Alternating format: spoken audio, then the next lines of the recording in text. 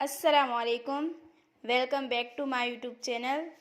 मैं हूं इरम तबस्सुम। कैसी हैं मेरी प्यारी बहनें? उम्मीद है ठीक होंगी। आज मैं बहुत ही प्यारा फ़्रॉक लाई हूं। आप लोग देख सकते हैं इसकी डिज़ाइन बहुत ही खूबसूरत और बहुत ही प्यारी है। ये बहुत ही खूबसूरत फ़्रॉक है। फुल आप लोग देख सकते हैं माशाल्लाह बहुत ही प्यारा और बहुत ही ज़बरदस्त है।